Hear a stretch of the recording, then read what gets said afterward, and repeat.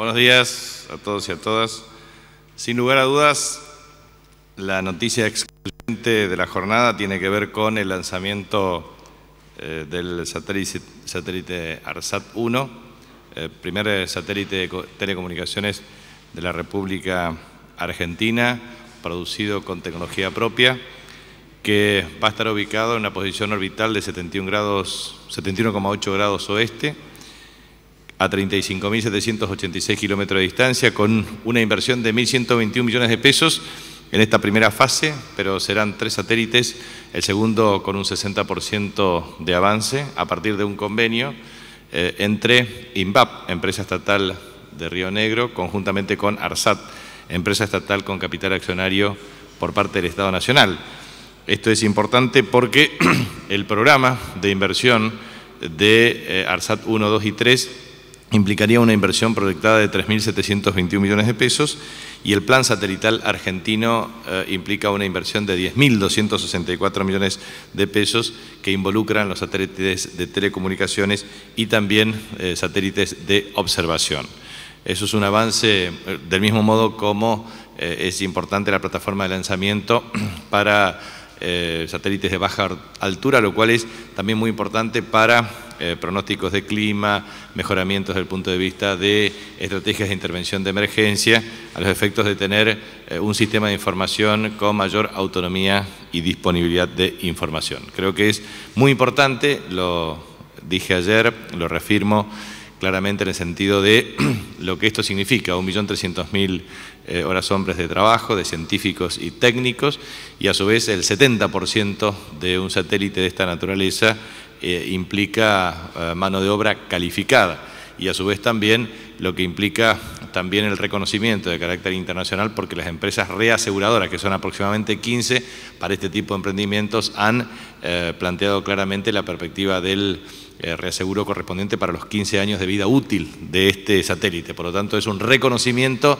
a la calidad desde el punto de vista del diseño y la tecnología del satélite por parte de la República Argentina. Hoy hay aproximadamente 350 satélites en el ámbito planetario y es muy bueno reconocer lo que esto significa en términos de cobertura territorial.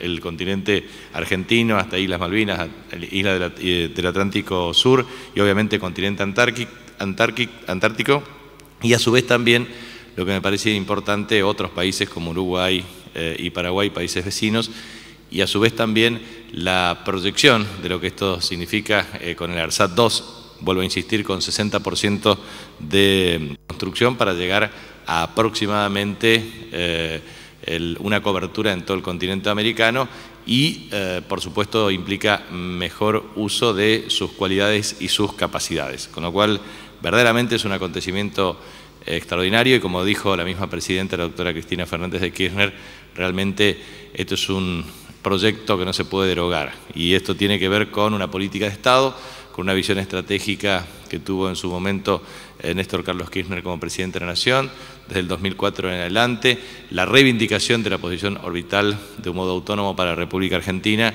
y, la verdad, la contribución extraordinaria de científicos y técnicos. Muy probablemente muchos argentinos no sepan que nosotros somos o integramos el grupo selecto de 8 países dentro de los 193 reconocidas en Naciones Unidas con dominio de la tecnología satelital de comunicaciones.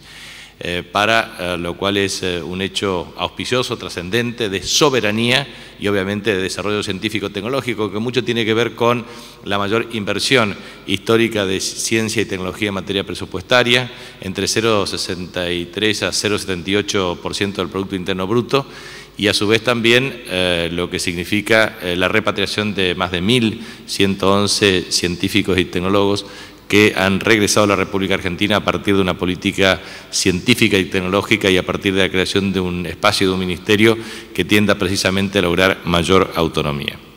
En otro orden de cosas, quería remarcar que la coparticipación federal, de acuerdo a la evolución en la primera quincena de octubre, marca un sendero del 40% más que el mismo mes del año 2013.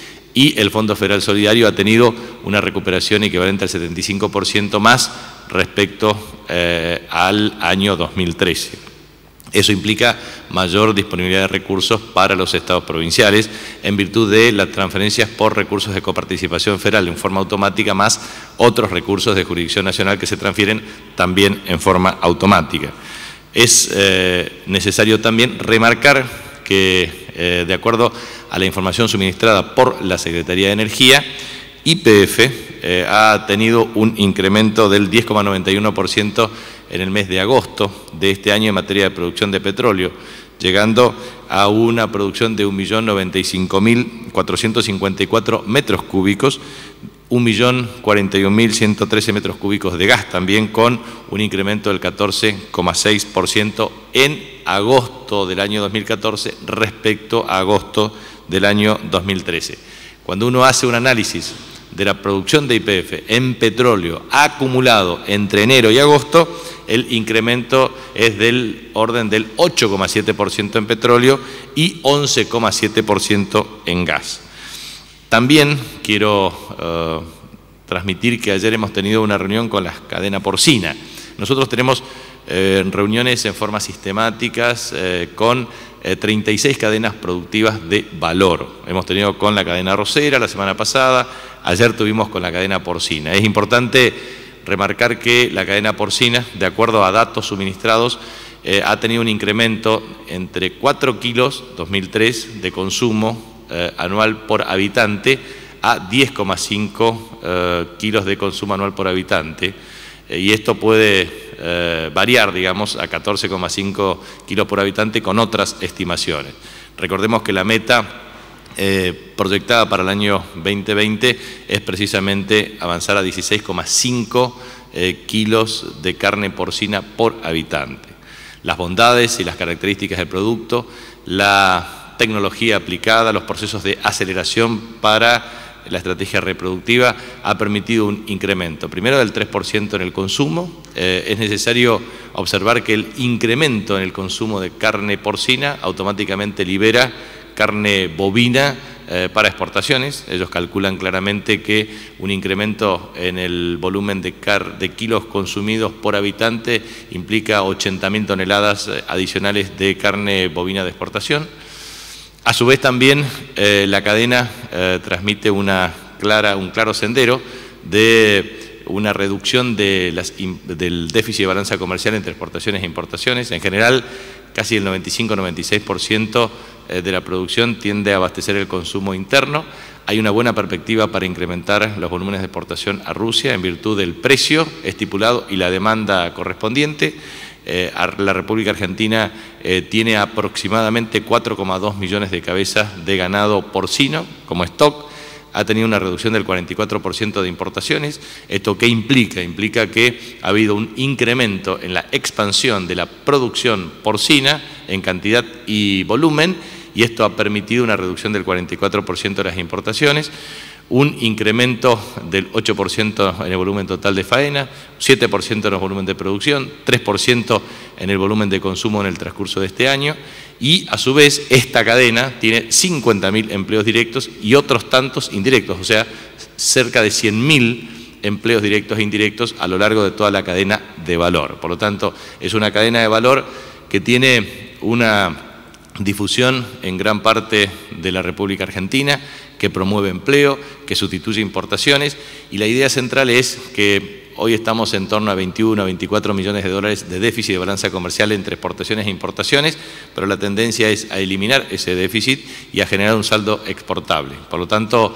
es muy importante el proceso de cadena de integración de valor de la cadena, la incorporación de variedades genéticas de alta calidad, las estrategias preventivas en materia sanitaria y la profundización de políticas, porque ayer hemos compartido esta reunión con múltiples sectores, entre los cuales estaba SENASA, precisamente para agudizar las políticas preventivas en materia de triquinosis y obviamente mejorar todos los estándares de comercialización para seguir expandiendo los niveles de producción. Recordemos que lo más importante es, primero, la cantidad de cerdos que puede generar una madre y, en segundo lugar, lo que esto significa, más o menos una estimación de 25 por año, y esto significa también la capacidad reproductiva de cerdo, lo cual implica una expansión en la cantidad, la calidad y los kilos producidos por unidad. Por lo tanto, creo que es muy importante lo que estamos haciendo con las distintas cadenas de valor. El próximo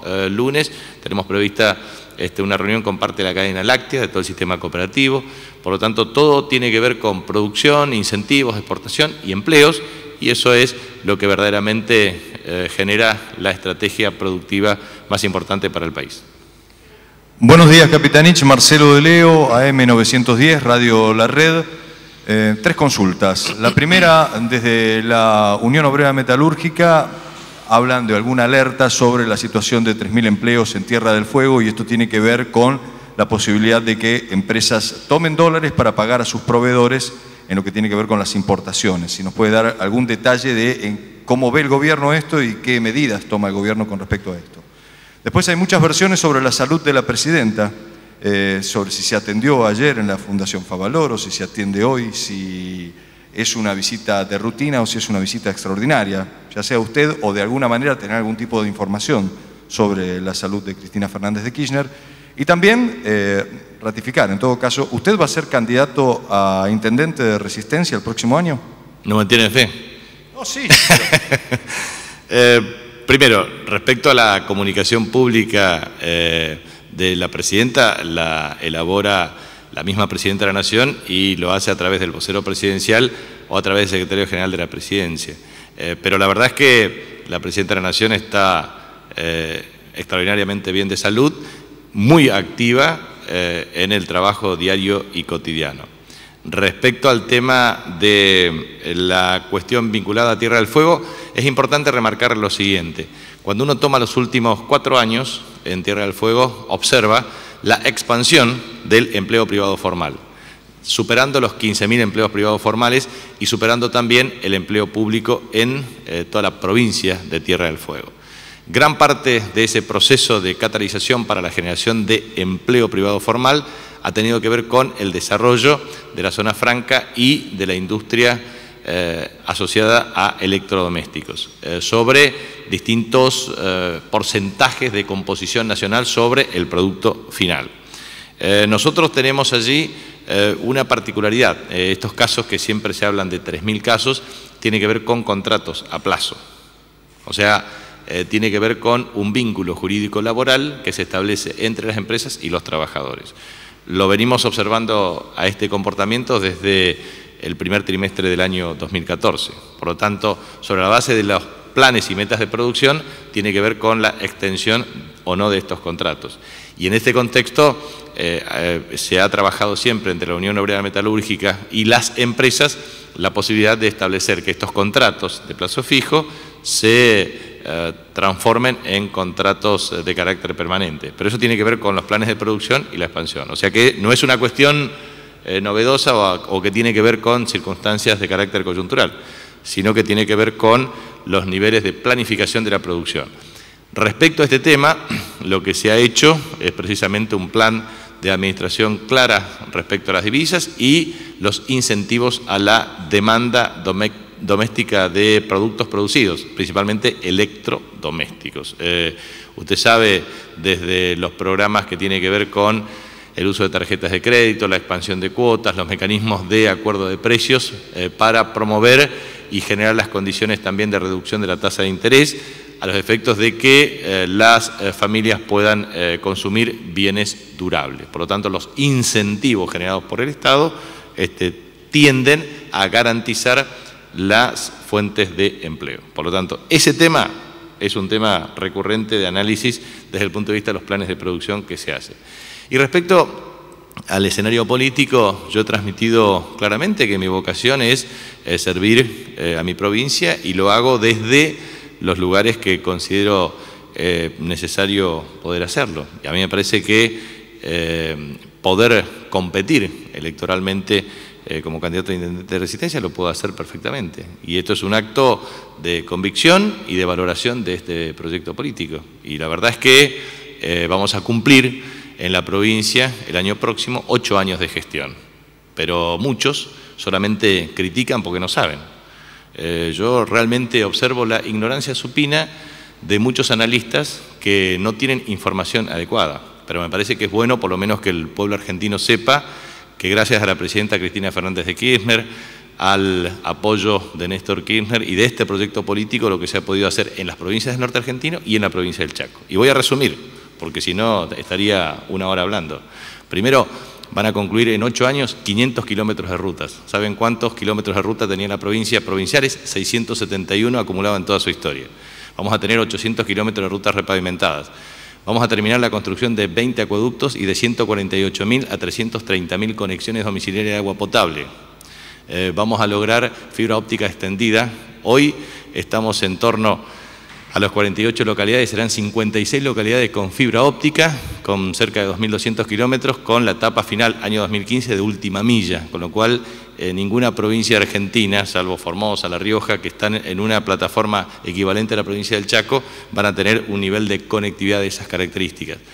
También vamos a tener todo un programa cloacal para toda el área metropolitana, una inversión de entre 1.200 y 1.400 millones de pesos y la extensión de 25% a 57% de cobertura y 75% para el año 2015-2016. El Chaco, como otras provincias del país, va a tener gasoducto, todo el gasoducto troncal, terramales de aproximación y redes domiciliarias para el año 2015.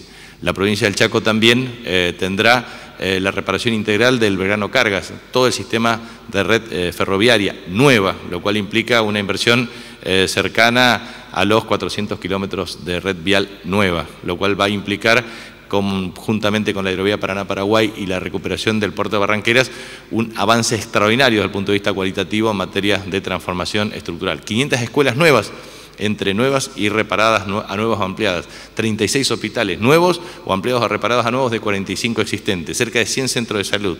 56.000 viviendas finalizarán en un programa de 8 años. Y a su vez, la duplicación del Producto Interno Bruto. El Producto Interno Bruto del Chaco había crecido entre 1950 al año 2007, 50,8%. Nosotros habremos de duplicar el producto en un periodo de 8 años. Si no le parece que eso es gestión, o que la tasa de mortalidad infantil de 21,9 por mil al 10,2 por mil, o que la tasa de mortalidad materna haya disminuido drásticamente también a cerca del 3,8 por cada 10.000. Entonces, la verdad es que muchos hablan, muchos critican. Yo he observado que de Juan José Castelli, por ejemplo, una localidad que siempre se decía no tiene agua potable. Hicimos el acueducto, nadie dice nada de eso. Ahora vamos a expandir a Huichí, Sausal, la presidenta va a estar el próximo 23 de octubre. La verdad es que da pena la discriminación que sufrimos de buenas noticias en la Argentina. Da pena la discriminación de buenas noticias. Solamente se critica y nunca se reconoce el esfuerzo de lo que se hace y de lo que se hizo. Esto no implica que se hayan resuelto todos los problemas, ¿eh? Nadie dice eso. Nadie dice que, por ejemplo, Chaco está con un programa de 250 nuevas industrias, parques industriales, un esquema de empleo privado formal de 5.000 a 20.000 trabajadores en materia industrial, o llegar a 100.000 empleos privados formales, que implica duplicación en 8 años. Cuando algún candidato a presidente de la República Argentina tenga estos datos para comparar, me gustaría a ver si tiene alguien que emparde. A intendente. Ministro Pedro Noel Romero, de AN Digital, Agencia de Noticias. Primero, pedirle una ampliación, si usted la puede dar, sobre las denuncias de la Comisión Nacional de Valores contra las sociedades de bolsa Mariva y Facimex, y si van a haber otras entidades afectadas en este proceso. Y una segunda que tiene que ver, pedirle una opinión sobre un cambio de opinión del Mauricio Macri. Dijo todo lo contrario que lo que venía sosteniendo hasta este momento, que no iba a revisar la asignación universal por hijo, por ejemplo, la nacionalización de las AFJP. ¿A qué se debe, según su óptica? A una clara actitud demagógica, porque en definitiva lo que hacen los candidatos es expresar opiniones en base a lo que le dicen analistas de opinión, a lo que le dicen ciertos encuestadores o los publicistas. Le dicen, decí esto que cae bien a la opinión pública. Eso expresa la absoluta falta de convicción. Le da lo mismo estatizar que privatizar YPF. Y la verdad es que cuando tuvo que tomar una decisión respecto a una instrucción política a sus legisladores para que en el Congreso de la Nación apoyen la expropiación de YPF para recuperar soberanía energética, votó en contra. Por lo tanto, su posición es contraria. Del mismo modo que es contraria la posición que manifiesta desde el senador Sanz, hasta el mismo Massa. O sea, se oponen a todo lo que ha hecho el gobierno nacional. Por lo tanto, el pueblo argentino en el año 2015 votará dos proyectos alternativos. Un proyecto que represente fielmente lo que se hizo y lo que falta hacer, que tiene que ver con una agenda. Primero, defender la inclusión, la equidad y las bases para el desarrollo productivo e industrial de la República Argentina, con énfasis en el ejercicio de una política soberana. Ese es el proyecto que representa el modelo nacional y popular que encabeza nuestra presidenta Cristina Fernández de Kirchner. En otro contexto están todos los que expresan variantes del neoliberalismo. Y claramente la contradicción política para el año 2015 es democracias versus corporaciones. O es el pueblo que va a gobernar a través de sus representantes, o van a ser las corporaciones a través de sus empleados. Los empleados de las corporaciones están claros. Los que van a representar la voluntad popular a través de este proyecto político se verá en el año 2015. Pero no cabe la menor duda que es democracias versus corporaciones y proyecto nacional y popular versus neoliberalismo acérrimo. Entonces, el pueblo argentino sabrá muy bien cómo elegir. Todas las investigaciones que tengan que hacerse por actividades de carácter irregular la deben hacer los organismos de fiscalización y de regulación. Así como en el Banco Central de la República Argentina existen 9.600 expedientes en materia de infracción penal cambiaria. Y es necesario cotejar los datos, establecer los mecanismos de fiscalización a los efectos de lograr un mecanismo que permita fiscalizar adecuadamente esta instancia. La República Argentina tiene, cifras más o cifras menos, cerca de 150.000 millones de dólares de volumen de intercambio comercial entre exportaciones e importaciones. El 68% de ese intercambio comercial se da a través de empresas multinacionales. Por lo tanto, es muy importante el hecho de evaluar claramente desde los precios de transferencia, que implican mecanismos de transferencia de utilidades o de divisas en forma encubierta, hasta los mecanismos que tienen que ver con sobrefacturación de importaciones o subfacturación de exportaciones. Por lo tanto, los procesos de regulación de los plazos de liquidación de divisas o de ingreso de mercancías no implican trabas, implican claramente establecer los mecanismos transparentes para evitar medidas que tiendan a transferir divisas de un modo especulativo. La verdad es que lo que nosotros pretendemos es garantizar previsibilidad en esta perspectiva. ¿Qué tal, Capitanich? Buenos días, Gabriela Iris, Agencia de Noticias TELAM. Capitanich, usted sabe que esta mañana un matutino publica en uno de sus artículos que el presidente del Banco Central, Alejandro Banoli, le habría adelantado a un importante grupo de inversores de Wall Street que el gobierno ya tiene una decisión tomada de pagarle en enero, cuando venza la cláusula Rufo, el juicio a Paul Singer. Primero preguntarle si esto es así y en el caso de serlo, ¿cuál sería la estrategia con el resto, con el 6% de holdouts que quedarían afuera? Mire, ¿usted le cree a los columnistas de ese diario que son unos mentirosos? Yo le pregunto a usted. No, por eso yo le respondo con absoluta contundencia. Los columnistas de los diarios opositores en la Argentina son difamadores profesionales, alquilados por grupos económicos poderosos en Argentina que le pagan un emolumento para que digan lo que ellos quieren que diga y no se animan.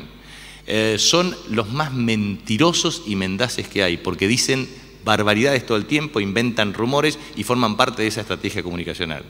La verdad que si algún habitante del pueblo argentino le cree a algún columnista de esos diarios, la verdad es que goza de una credulidad absoluta. La verdad es que tengo que decir con mucho énfasis esto, porque se la pasa haciendo operaciones todos los viernes, a través de una comunicación sin sentido, generando realmente información falsa, de falsedad absoluta. Y la otra cuestión que quiero transmitir es lo siguiente: la posición que tiene la República Argentina es una posición de carácter pública y oficial. Nosotros hemos planteado, a través de la Presidenta de la Nación, la doctora Cristina Fernández de Kirchner, a través del ministro Axel Kicillof, a través de mi exposición permanente, que la República Argentina siempre está dispuesta a un diálogo que genere condiciones de negociación sobre los mismos parámetros. Negociaciones justas, equitativas, razonables, sustentables y legales para el 100% de los bonistas. Por lo tanto, la posición pública de la República Argentina es clara, notoria y conocida. Expresamente lo que digo es lo que dije. Segundo, quiero también aprovechar esta instancia para decirles que ayer me comuniqué con Héctor Méndez, presidente de la Unión Industrial Argentina, y que desmiente categóricamente el sentido que le han dado a sus respectivas declaraciones. Esto es lo que me he comunicado ayer. Por lo tanto, también a través de declaraciones se generan interpretaciones de carácter confusas. En tercer lugar, también quiero sostener lo siguiente. Ustedes saben que en el Consejo de la Magistratura uno de los consejeros es el doctor Julián Álvarez, secretario de Justicia de la Nación. En realidad fue el secretario Julián Álvarez el que impulsó la destitución del juez López, Axel López. Por lo tanto, hay una estrategia desde el punto de vista de la presentación de la misma, y en virtud de eso se establece un análisis correspondiente en las comisiones respectivas del Consejo de la Magistratura. Por lo tanto, hay una operación política de prensa pretendiendo a transmitir que el kirchnerismo se opuso o por un problema del kirchnerismo, teóricamente, el Consejo de la Magistratura no pudo avanzar en su destitución. Y la verdad es que fue una iniciativa del propio consejero del Consejo de la Magistratura, Julián Álvarez. Por eso quiero transmitir que el Consejo de la Magistratura es un órgano deliberativo que tiene 9 miembros. Por lo tanto, no se logró el consenso correspondiente y en virtud de ello no se toman decisiones. Pero sí se han registrado avances para enviar 5 pliegos por parte del Consejo de la Magistratura para la designación de jueces al ámbito del Poder Ejecutivo. Por lo tanto, creo que solamente se transmite una parte de la información, no la otra que tiene que ver con el tratamiento de pliegos. Y eso es un hecho muy trascendente. Y por último, un aviso: yo estoy viajando en un rato a la provincia del Chaco porque tenemos allí varias inauguraciones, 150 viviendas en Presidencia Roque Sáenz Peña, también la Escuela Agropecuaria número 3 de Charata, la inauguración respecto a su ampliación, también pavimento urbano en Campo Largo. Voy a participar como vicepresidente primero del Consejo Nacional del Partido Justicialista en un acto en el Día de la Lealtad Popular, pero también como presidente del Partido Justicialista de mi provincia. Luego tendremos para el día de mañana una actividad importante que es la inauguración de la repavimentación de la Ruta 95, que va desde el Puente Lavalle, Perín, provincia de Formosa, hasta la rotonda de Bello Río Ormejito y Ruta 3 en provincia del Chaco. Esa es una obra también muy importante para la provincia. Vamos a estar inaugurando la ampliación y un proceso de refacción de la escuela número 34 de Macayé, provincia del Chaco, y el primer tramo de la autovía de la Ruta 16, que une la rotonda de la Ruta 11 hasta la localidad de Puerto Tirol, en Chaco. Eso es muy trascendente porque la Presidenta de la Nación, la doctora Cristina Fernández de Kirchner, nos acompañará el próximo 23 de octubre en un acto público para la inauguración de un centro de biotecnología agrícola y forestal de excelencia que tiene nuestra provincia para la producción de variedades genéticas, entre las cuales está batata libre de virus, determinado tipo de cultivos antiestrés hídrico, sistemas de plantas ornamentales, convenios internacionales en virtud de la calidad desde el punto de vista del desarrollo biotecnológico que existe en la provincia y en ese centro en particular liderado por el ingeniero José Ruchesi. Es un emprendimiento de carácter público con un impacto muy positivo y favorable. Y después vamos a también al mismo tiempo inaugurar el viaducto sobre la avenida Sarmiento, que es una obra muy importante por la cual se termina todo lo que significa la autovía de la ruta Nicolás Avellaneda, desde el Puente General Belgrano hasta la rotonda de la Ruta 11. Son todas obras muy significativas para la provincia del Chaco, que seguramente también la Presidenta compartirá con nosotros el próximo jueves. Muchas gracias.